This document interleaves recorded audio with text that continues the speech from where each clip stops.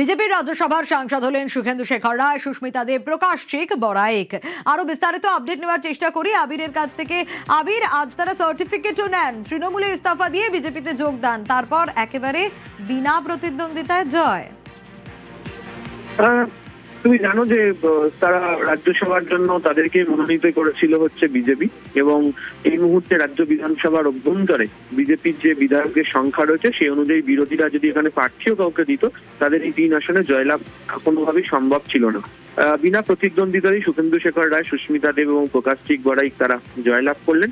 আজকে শ্রমিক ভট্টাচার্য, রাহুল সিনহা তাদের সঙ্গে তারা 3 জন আসেন রাজ্য বিধানসভাতে, এবং 3 জনই তাদের যে জয়ের শংসাপত্র তারা নিয়ে নেন। এর ফলে এই রাজ্য থেকে বিজেপির যে রাজ্যসভার সাংসদদের যে সদস্য সংখ্যা তা বৃদ্ধি পেল, 3 থেকে বেড়ে হয়ে গেল 6। বেশ আবির। পশ্চিমবঙ্গ থেকে ভারতীয় জনতা পার্টির সিম্বলে আমি প্রার্থী হয়েছি। আমরা ইলেকশন আনকন্টেস্টেড জিতে গিয়ে সার্টিফিকেট নিতে এসেছি। আমি কৃতজ্ঞ আমাদের শ্রদ্ধেয় মুখ্যমন্ত্রী শুভেন্দুবাবুর প্রতি, আমাদের বিজেপির স্টেট প্রেসিডেন্ট শ্রমিক বাবু।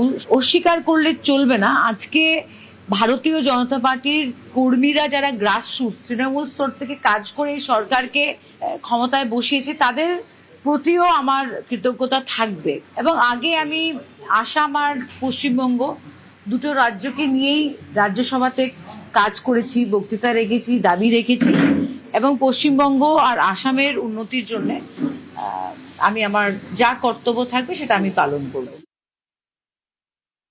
তৃণমূল কংগ্রেসের অতীতে 3 জন যারা সাংসদ ছিলেন তাদের সদস্য পদ থেকে ইস্তফা দিয়েছিলেন, ভারতীয় জনতা পার্টির পরিবারে তারা সামিল হয়েছেন, এবং আজকে রাজ্যসভায় আরো আমাদের 3 জন এমপির সংখ্যা বৃদ্ধি হলো। এটা একটা বিষয় নিশ্চিত থাকবেন, আমরা আগেও যা বলেছি এখনো তাই বলছি, যে ডক্টর শ্যামাপ্রসাদ মুখার্জি আমাদের শিখিয়ে গিয়েছিলেন নেতার থেকে দল বড় এবং দলের থেকে দেশ বড়। আমরা সেই অবস্থানে আছি। বিজেপির তৃণমূলীকরণ করা সম্ভব নয়।